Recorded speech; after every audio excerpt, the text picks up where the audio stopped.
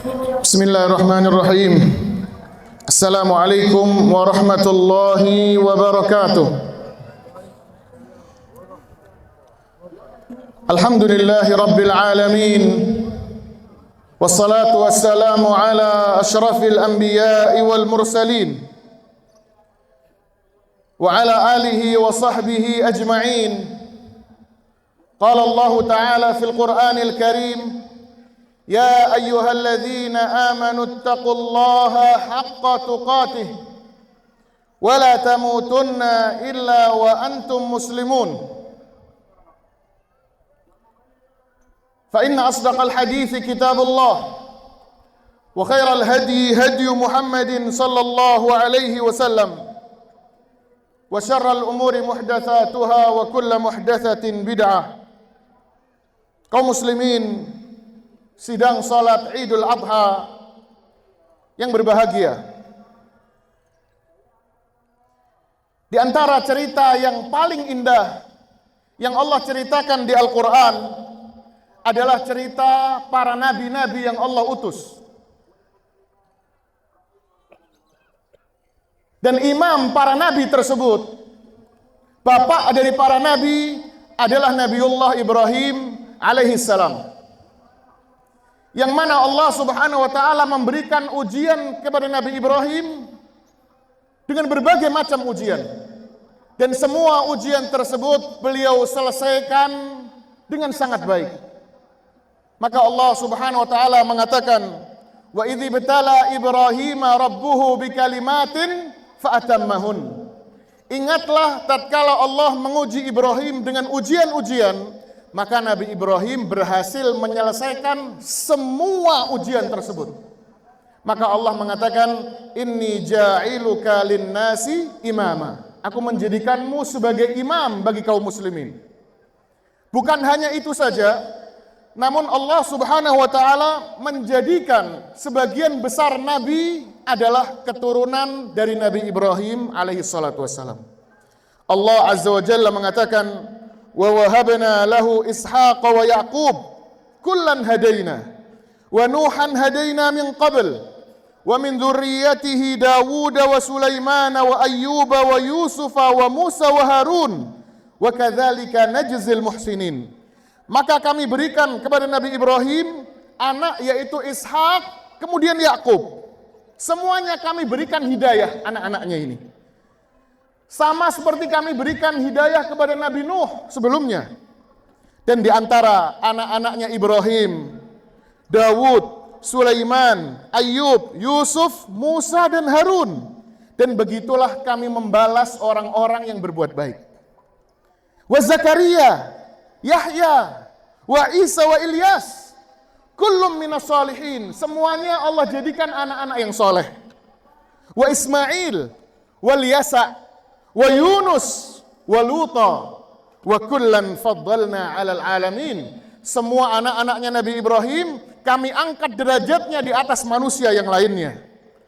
Wa min abaihim wa dzurriyyatihim wa ikhwanihim. Dan ke atasnya dari anak-anak tersebut bapaknya adalah orang saleh. Nabi Sulaiman bapaknya adalah Nabi Dawud. Nabi Ismail bapaknya Nabi Ibrahim. Nabi Yusuf bapaknya Nabi Yakub. Wa dzurriyyatihim, begitu pula anaknya. Bapaknya dikasih hidayah, anaknya dikasih hidayah, bahkan saudaranya. Contohnya Nabi Musa dan juga Harun. Wajtabainahum, dan kami pilih mereka, wahadainahum ila siratim mustaqim, dan kami berikan mereka petunjuk ke jalan yang lurus. Dan di antara cerita yang paling indah yang bisa kita petik pelajaran dari situ adalah bagaimana seharusnya kita menjaga hubungan dengan saudara kita. Sebagaimana cerita yang ada pada Nabi Musa alaihissalam. Nabi Musa dengan saudaranya yaitu Harun. Allah mengatakan kepada Nabi Musa, idhab ila fir'auna innahu tagha. Wahai Musa, pergilah engkau untuk menghadap Fir'aun. Sesungguhnya dia telah melampaui batas. Maka Nabi Musa berdoa kepada Allah. Apa doanya? Rabbi syrah li sadri. Ya Allah, luaskan dadaku, besarkan jiwaku. Wa yassirli amri, mudahkan urusanku. Wahlul 'uqdatan min lisani, lancarkan lisanku ketika berbicara. Yafqahu qawli, supaya mudah difahami. Waj'alli waziran min ahli, dan jadikan untukku pendamping, menteri min ahli, dari keluargaku. Siapa itu? Harun akhi, saudaraku Harun. Nabi Musa ketika diangkat menjadi nabi, maka beliau tidak lupa sama saudaranya. Bahkan beliau memohonkan syafaat kepada Allah agar Allah pun mengangkat saudaranya yaitu Harun menjadi apa? Menjadi nabi. Allahu Akbar. Ini sungguh pemberian yang sangat luar biasa dari saudara kepada saudaranya. Kemudian Nabi Musa mengatakan, "Usdud bihi azri." Kuatkanlah dengan saudaraku itu ya Allah punggungku ini supaya aku kuat. Itulah fungsinya saudara, memperkuat punggung kita, memperkuat sandaran kita. Makanya orang-orang hakim zaman dulu mengatakan, al-akh sanad. Saudara itu sandaran, bukan musuh. Sandaran. Ini yang Nabi Musa katakan, usdud bihi azri. Ya Allah, kuatkan punggungku ini dengan saudaraku Harun. Wa asyrikhu fi amri. Ikut sertakan dia dalam urusanku ini, dalam kenabianku ini. Ini ilmu yang sangat berharga. Lihat kaum muslimin sekarang, baru punya nikmat sedikit, sudah pelit, bakhil sama saudaranya. Dia sembunyikan, dia nggak mau saudaranya tahu. Dia nggak mau mengajak saudaranya untuk mendapatkan nikmat yang Allah berikan kepadanya. Tentunya ini sangat jauh dari petunjuk para nabi dan rasul. Bahkan Nabi Musa memuji Nabi Harun dengan pujian yang nggak ada pada dirinya. Bayangkan loh, Nabi Musa sama Allah diangkat menjadi nabi. Di situ Nabi Musa bukan membesarkan dirinya, tapi memuji saudaranya dengan mengatakan, wa akhi Harun, ya Allah, saudaraku yang namanya Harun, huwa afsahu minni lisanan, lisannya lebih fasih daripadaku ya Allah. Karena Nabi Musa lisannya cadel. Karena zaman kecil dia pernah memakan bara api. Maka dia memuji saudaranya Harun. Huwa afsahu minni lisanan. Kakakku ini ya Allah lebih fasih lisannya dari aku ya Allah. Fa'arsilhu ma'i. Maka utuslah dia bersamaku. Rid'an yusaddiquni. Supaya dia menemaniku dalam urusanku. Itu fungsi saudara. Untuk menemani kita dalam urusan kita. Siapa lagi orang yang lebih loyal kepada kita kalau bukan saudara kita? Siapa lagi orang yang lebih sayang kepada kita dan mengenal kita kalau bukan saudara kita? Dan siapa lagi orang yang paling berhak mendapatkan kebaikan kita selain saudara kita? Tapi sayangnya banyak kaum muslimin yang bakhil, pelit yang luar biasa.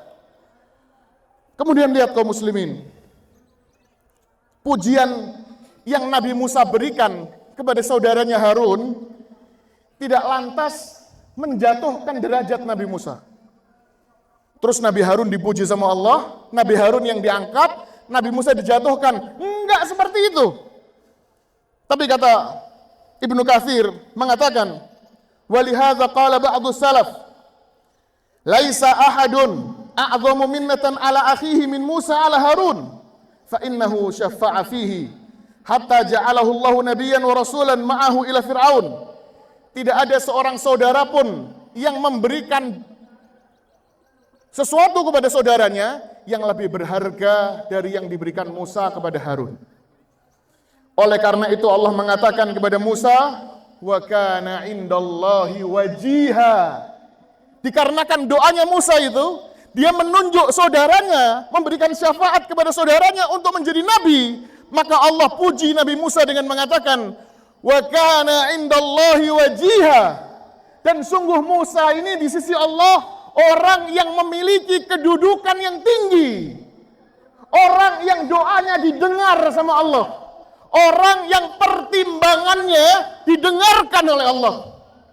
Lihat, orang yang mengangkat derajat saudaranya, Allah akan tinggikan derajatnya lebih tinggi lagi. Allahu Akbar. Dan oleh karena itu, ketika Rasulullah Isra wal Mi'raj, Allah bertemu Nabi Harun. Lihat Nabi Harun. Mungkin Nabi Harun ini nabi yang gak setenar Nabi Musa. Gak sesering Nabi Musa namanya disebut di Al-Quran. Tapi ketika Rasulullah naik ke atas langit, Allah pertemukan Rasul dengan Nabi Harun di langit ke-6. Di langit ke-6. Di langit ke-1 ketemu dengan Nabi Adam, langit kedua Nabi Isa, kemudian Nabi Idris, Nabi Yusuf.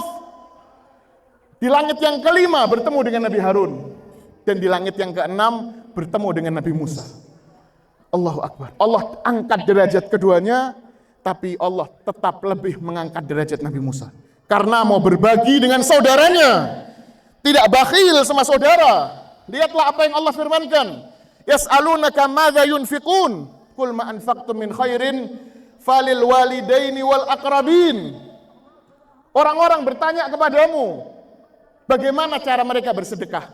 Kalau sedekah mereka berikan ke siapa? Maka Allah mengatakan, katakan ya Muhammad, apapun yang kalian sedekahkan dari kebaikan, maka yang paling berhak adalah orang tua wal aqrabin, kemudian orang yang paling dekat kerabatnya dengan kita. Istri, anak, saudara. Saudara jangan lupa. Termasuk di situ. Ini pelajaran yang pertama kaum muslimin, dan jangan sampai kita menjadi orang yang bakhil. Karena Allah mengatakan, wailul likulli humazatil lumazah alladzi jama'a malan wa addadah. Celaka orang yang suka mengumpulkan harta kemudian menghitung-hitungnya. Mengumpulkan harta boleh, kata para ulama. Yang tercela adalah mengumpulkan harta kemudian dia hitung, nggak mau kurang sama sekali. Dia nggak mau hartanya kurang, nggak mau membagi dengan saudaranya, itu yang celaka. Maka Allah hukum dia, yahsabu anna malahu akhladah. Dia akan menyangka bahwa hartanya membuat dia kekal. Ini hukuman pertama buat orang yang bakhil, lupa mati. Kata Allah, kalla, nggak bakal dia nggak mati. La yumbadzanna fil hutamah, bahkan dia akan mati dan dilemparkan ke dalam neraka. Bahkan banyak di antara saudara yang memakan waris saudaranya. Na'udzubillah min dzalik. Allah Subhanahu wa taala mengatakan, "Wa ta'kuluna turatha aklan lamma." Dan banyak di antara kalian, kata Allah, yang memakan harta waris saudaranya dengan cara yang sangat serakah, aklan lamma, enggak tersisa sama sekali. Enggak disisain buat saudaranya, habis semua dimakan. Maka Allah mengatakan, "Kalla, jangan kau lakukan itu. Idza dukkatil ardu dakkan dakka." Ingatlah apabila bumi bergoncang, wa jaa rabbuka wal malaku saffan saffa. Allah akan datang menghisap hamba. Wa ji'a yauma idzin bi jahannam, akan didatangkan neraka jahanam. Yauma idzi yatadzakkarul insan, pada hari itu manusia akan sadar. Wa anna lahu dzikra. Tapi apa fungsinya sadar kalau sudah di akhirat? Nggak ada fungsinya, sudah telat sudah. Itu pelajaran yang pertama. Yang kedua, pelajaran dari Nabi Yusuf dengan saudara-saudaranya. Allah menceritakan, cerita Nabi Yusuf ini termasuk cerita yang terindah. Sampai rumah boleh dibaca nanti ya. Nahnu naqussu 'alaika ahsanal qasas. Aku ceritakan kepadamu cerita yang terindah, kata Allah. Di antara episode dari cerita tersebut, Allah menceritakan bagaimana ketika saudara-saudara Nabi Yusuf bertemu dengan Nabi Yusuf untuk pertama kalinya. Bagaimana mereka menyadari kalau raja tersebut adalah Yusuf. Allah mengatakan, qala hal alimtum ma fa'altum bi Yusuf wa akhihi id antum jahilun. Nabi Yusuf mengatakan kepada saudaranya yang enggak sadar itu, kata Nabi Yusuf, ingatkah kalian apa yang kalian lakukan kepada Yusuf? Dan tatkala itu kalian masih jahil. Lihat Nabi Yusuf. Ketika awal memergoki saudaranya, sudah memberikan uzur. Ingat gak kamu dulu berbuat jahat sama Yusuf ketika kamu masih jahil? Ini bentuk uzur Nabi Yusuf. Dia sudah memberikan uzur kepada saudaranya. Dulu kalian masih jahil. Maka saudaranya pun kaget. Qalu a'innaka la anta Yusuf? Apakah kau Yusuf? Maka Nabi Yusuf mengatakan, qala ana Yusuf. Iya, aku Yusuf. Wa hadza akhi. Dan ini saudaraku Bunyamin, dari bapak dan ibuku. Qad manallahu alaina, Allah telah mengangkat derajat kami. Innahu man yattaqi wa yasbir, maka barang siapa yang bertakwa dan bersabar, fa innallaha la yudhi'u ajral muhsinin, sesungguhnya Allah tidak akan menyia-nyiakan pahala orang yang berbuat baik. Maka saudaranya Nabi Yusuf pun menyesal dengan mengatakan malu yang luar biasa mereka, dan mengatakan apa? Qalu tallahi laqad atharakallahu alaina wa in kunna la khatiin, sungguh Allah telah memilihmu dibandingkan kita semua. Allah telah menaikkan derajatmu di atas kita semua. Wa in kunna la khatiin, dan sungguh kami ini orang-orang yang salah. Salah kami dulu melempar kamu wahai Yusuf. Maka Nabi Yusuf di situ mengatakan apa? Apakah terus dihina-hina saudaranya, dijatuh-jatuhkan harkat dan martabatnya? Enggak. Kata Nabi Yusuf, qala la tasriba alaikumul yaum. Tenang, aku enggak akan membalas kalian. Tidak ada kecelaan bagi kalian pada hari ini. Yaghfirullahu lakum, semoga Allah mengampuni dosa-dosa kalian. Wa huwa arhamur rahimin, dan dialah Allah yang maha pengasih lagi maha penyayang. Kemudian mari kita mengacakan cerita itu dengan kaum muslimin zaman sekarang.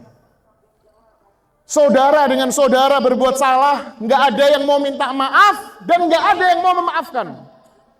Dan dipelihara itu sampai mati, bahkan terkadang nggak mau kenal sampai mati. Apa ini? Siapa yang ngajarin seperti ini kalau bukan syaitan? Lihat bagaimana Rasulullah mengatakan, man kanat lahu madlamatun li akhihi falyatahallalhu minhul yaum.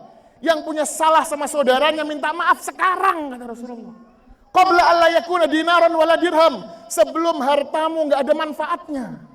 Mumpung sekarang hartamu masih ada manfaatnya, hatta kamu harus bayar saudaramu, bayar untuk mendapatkan maafnya. Allah juga mengatakan wal afina 'anin nas wallahu yuhibbul muhsinin. Orang-orang yang memaafkan saudaranya, sesungguhnya Allah cinta kepada orang-orang yang berbuat kebaikan. Kemudian kaum muslimin, lihat Rasulullah ketika masuk ke kota Mekah untuk membuka kota Mekah.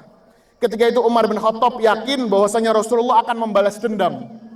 Namun ternyata setelah Rasulullah masuk dan semua orang-orang kafir Quraisy ditawan oleh Rasulullah, maka Rasulullah bertanya kepada orang-orang kafir Quraisy. Rasulullah mengatakan, "Ma tadhunnuna an af'ala bikum ya ahla Makkah?"